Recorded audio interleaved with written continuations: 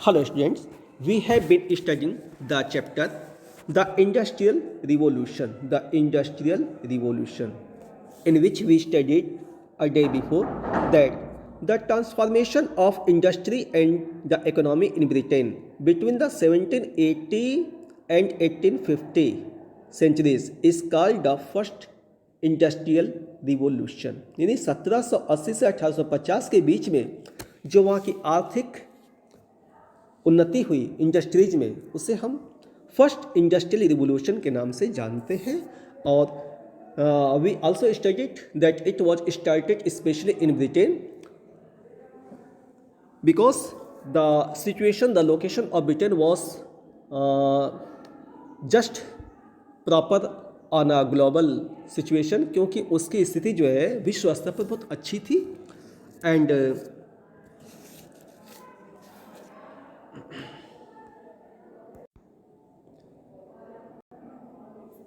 they developed several banks who provided the money to the traders।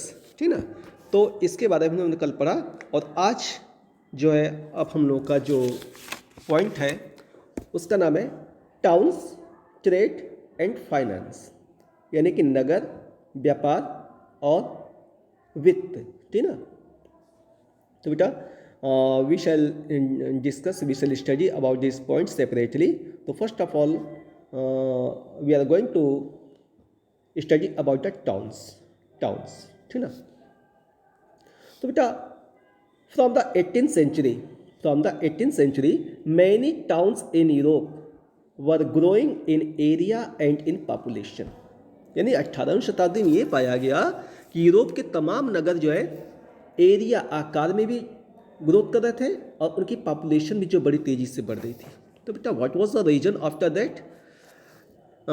The main reason was that there was increasing in the production of food materials, and beside it many persons, small farmers, had become landless because the landowners purchased their lands and changed their forms in a large agriculture farm. Then those peasants who became the landless, they had to move towards the towns for earning their bread। यानी जो जमींदार थे उन्होंने जो है लघु कृषकों की ज़मीनें खरीद ली, उन्हें बड़े कृषि फॉर्म का रूप दे दिया। तो जो भूमिहीन कृषक हो गए थे, अब उन्हें अपनी रोजी रोटी के लिए नगरों की तरफ पलायन करना पड़ा, ठीक, ताकि उनको कुछ न कुछ काम मिल सके। That was the main reason of growing the area and population of the towns. ये प्रमुख कारण था कि नगरों की एरिया बढ़ने लगी और उनकी जनसंख्या भी तेजी से बढ़ने लगी। ठीक बेटा, तो इसको जो है नोटिस किया गया, ये स्टडी किया गया दैट बिटवीन द 1750 टू 1800, यानी 1750 से 1800 के बीच में क्या हुआ था? What happened? There was found that 19 European cities whose population had become just double। 19 नगर ऐसे थे जिनकी जनसंख्या दोगुनी हो गई। कब? With in only 50 years. 1750 से 1800 के बीच में उनकी जनसंख्या दोगुनी हो गई थी। और उन 19 नगरों में 11 cities were only of Britain. 19 नगर जो है, 19 नगर तो यूरोप के थे, यूरोप महाद्वीप के, उसमें से 11 अकेले ब्रिटेन के थे। And the largest city among them was London, which was considered the hub of the trade। hub means बेटा सेंटर, यानी ट्रेडिंग का जो है सेंटर माना जाता था। किसको? लंदन को। यह सबसे बड़े नगर के रूप में जो है विकसित हुआ। उसकी एरिया भी बढ़ी और उसकी पॉपुलेशन भी बढ़ गई।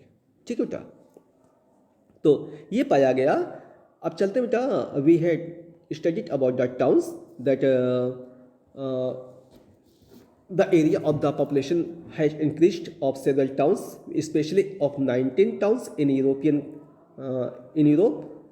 in which the 11 cities were only in the Britain, and the largest city was England, which was considered the center of the trade।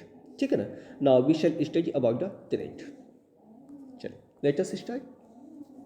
तो बेटा at that by that period London had received a global significance इंटरेट।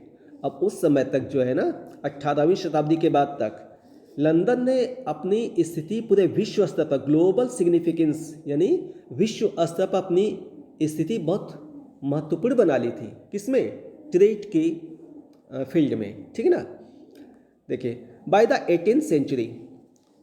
18th century trade had shifted from Mediterranean ports of Italy and France।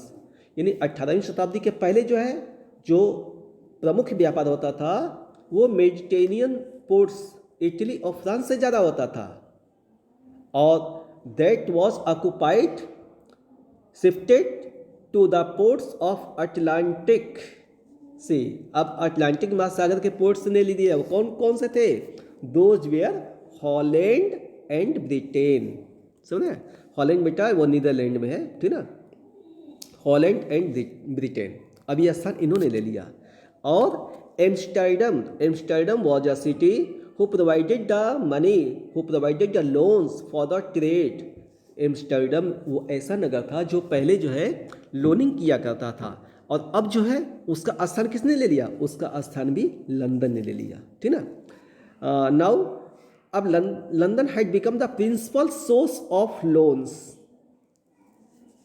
That was later on पहले in the earlier Amsterdam. जो पहले Amsterdam हुआ करता था अब वह स्थान London ने ले लिया, ठीक है। तो चलिए and the situation the location of London city was at a triangular in the trading route from Amsterdam to West Indies and to African countries। यानी ग्रेट ब्रिटेन से जो होता था, एम्स्टर्डम से जो होता था व्यापार, इधर वेस्ट इंडीज़ तक और इधर अफ्रीका तक है। इन तीनों के बीच में जो है लंदन की स्थिति यहाँ पे थी जो ट्रायंगुलर रूट पे पड़ती थी। सबसे इनका जो है वो संबंध था, ठीक ना। तो बेटा and beside it many countries such as of American countries and Asian countries also established their trading offices in London because London had become the main centre of the trade.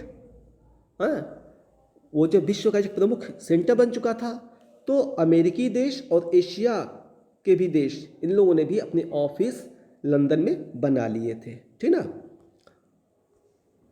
And there was a good network of transportation. London में जो है transportation का बहुत अच्छा network भी था। क्यों?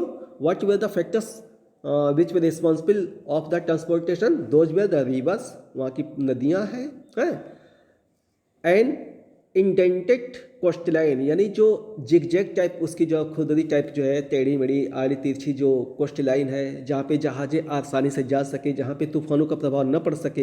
हाँ, विथ शेल्टर्ड बेज, यहाँ की जो खाड़ी है वो शेल्टर्ड सिचुएशन वाली, वहाँ पे तूफानों का प्रभाव नहीं पड़ता है, तो वहाँ पे जहाज़ें आसानी से खड़ी हो सकती हैं, सामान उतारा चढ़ा जा सकता है, ठीक ना। And the development of the railways and roads, ये सब जो रिस्पॉन्सिबल है कि वहाँ पे ट्रांसपोर्टेशन बहुत बड़े पैमाने पर जो है डेवलप हुआ है, ठीक ना। And that is why during the 1800 centuries near about 1 lakh sailors were on duty on the coasters, ठीक ना। यानी कि उन कोस्ट लाइन्स पर जो है ये 1 मिलियन जो है सेलर्स वहाँ पे सर्विस किया करते थे, उनकी रोजी रोटी चलती थी, ठीक ना। फिर इसके आगे बेटा अगले दिन भेजेंगे, ठीक ना। That's all, thank you.